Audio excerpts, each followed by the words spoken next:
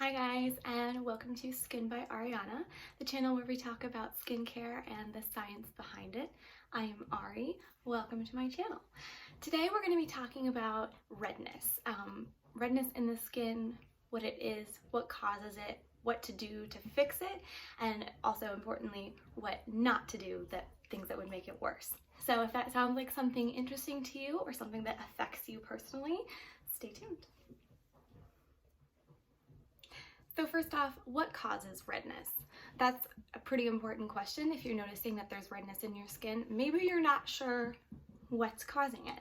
So a big one can be rosacea, which is something that you would probably want to see a dermatologist about. That's something that can create uneven texture, bumpiness, redness, all of those kinds of things on the skin. It's just sort of a damage to your skin barrier, which kind of leads me into the other causes of redness in the skin, which is basically a damaged skin barrier.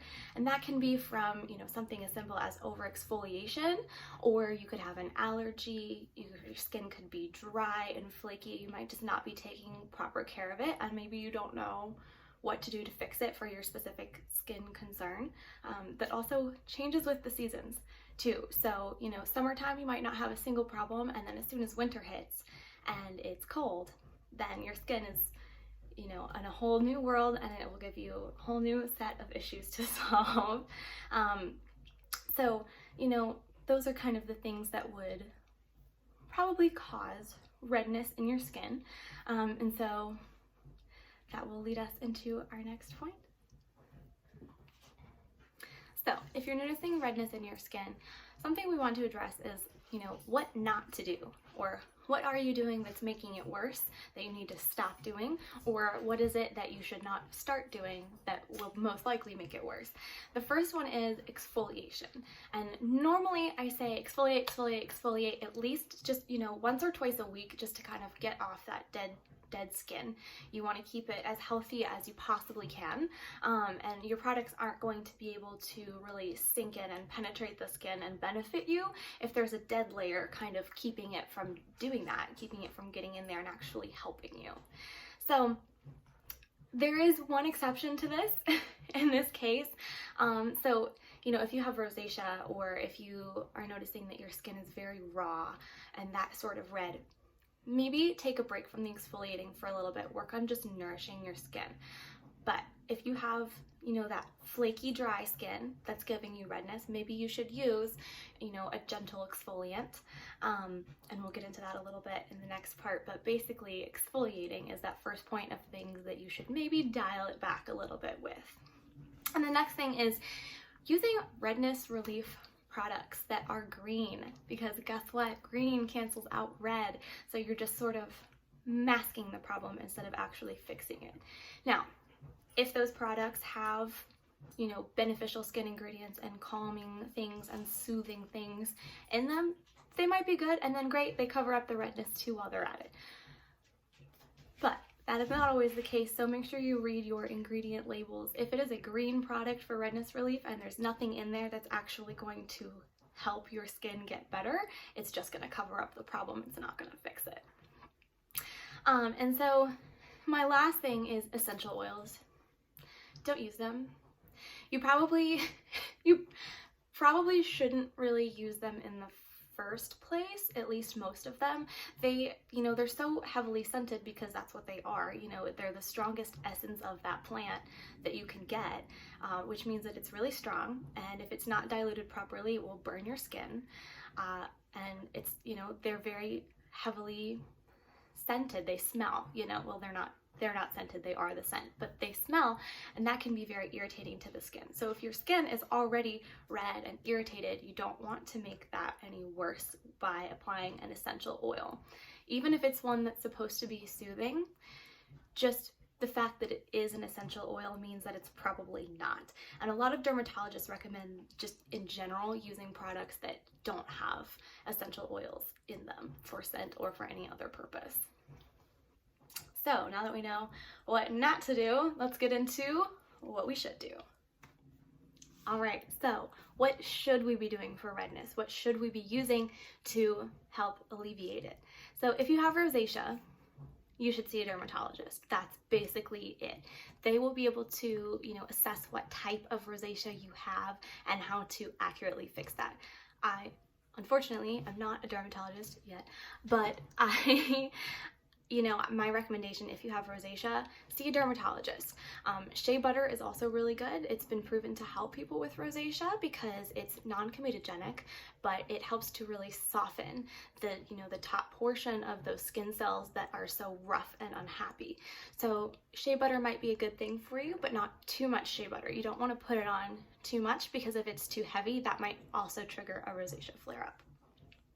So besides rosacea, for other skin concerns that are causing redness, you want to, make sure you're well hydrated. And that means drinking a lot of water, which you've probably heard before, but maybe you're not listening to it. You need to drink water. You need to keep yourself hydrated because the skin is one of the first places that the body is going to pull extra moisture from. So if you're dehydrated, it means your skin is going to get very dehydrated because those internal organs are a lot more important to the body than your skin is. And it's not that your skin isn't important, but it's somewhere that you can stand to lose a little bit of moisture in order to help the rest of you function well. So make sure you're well hydrated. Just drink lots of water, have maybe some juice sometimes, just, whatever you need to do to make sure that you're getting liquids that are not all coffee and tea, because coffee and tea are great, but they are diuretics, so they are going to dehydrate you a little bit. So if you're using those, just make sure that you are replenishing your body with plenty of non-diuretic fluids. And another thing you want to do is make sure you wear sunscreen. And I know I'm always telling you sunscreen, sunscreen, sunscreen, but I mean it. The sun damages your skin barrier like nothing else. So make sure that you've got a good protectant on.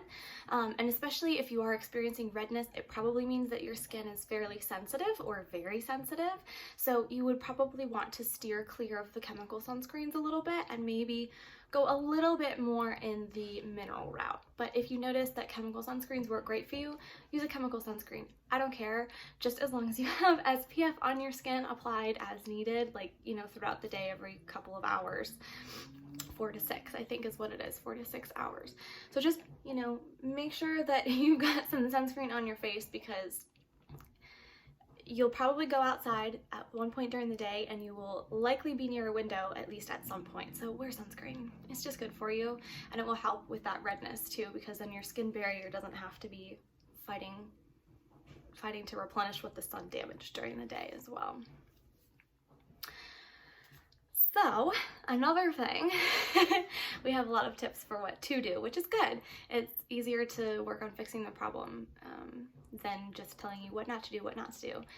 So another thing you want to do is use humectants in your skincare routine. So this goes along with staying hydrated, but using humectants like, oh my gosh, words. It's just not a day for words today, apparently. Using things like hyaluronic acid, which is a humectant, which means it can hold, many times its weight in water. So if that's absorbed into your skin, it's going to attract water from the air, moisture. It's going to attract moisture and pull that into your skin to keep it from getting dehydrated, keep it hydrated, keep it plump. So use humectants in your skincare routine. Just get a moisturizer that has some hyaluronic acid in it, or pick up the hyaluronic acid from The Ordinary. It's super cheap. It's just a little dropper bottle. You can just, take a squirt or two and pat that on your face, and then after that apply your moisturizer, and it will help keep your moisturizer basically sucked into your skin so that it will benefit you throughout the day. And you want to just make sure that you're using simple products, at least while the redness is happening. And I don't necessarily mean Simple the brand, although I have had some success with their products, some of them, but you want to use simple products. You don't want things with too many active ingredients in them because that's just too much for your skin to handle when it's compromised. So if you're having, that compromised skin barrier, that redness, it's your skin telling you that it needs nourishment, hydration, and, simplicity. Maybe you've got too much going on in your skincare routine and you need to just dial it back to the basics and give your skin moisturizers and serums that are pretty, straightforward and to the point. So you want to not have things with a lot of fragrance, not have things with a lot of just not a lot of actives. You don't want to have a lot of glycolic acid or salicylic acid, things like that. Just dial it back. Keep it simple. Just get something that has, some good, nourishing kind of standard ingredients in it. And CeraVe has a lot of good products for that. Personally, I am not their biggest fan. Their stuff just doesn't work great for me, but I know a lot of people it's worked wonderfully for. So that would be maybe something to look into as well. And, like I said, when in doubt, see a dermatologist, but stay hydrated, take good care of your skin, keep it protected from the sun, from the weather too as well. So if it's really windy and your face is gonna get chapped and cold, yay, winter time, then it's worth looking into maybe a heavier moisturizer that's a little bit thicker and a little bit more, I don't want to say intense because that's not really what we're going for, but just something that's a little bit more nourishing just for the cold months. So those are kind of my tips and tricks to keep your skin happy and fight redness in it, and how to hopefully get that nice glowy complexion back that you deserve. Thanks so much for watching. Bye-bye.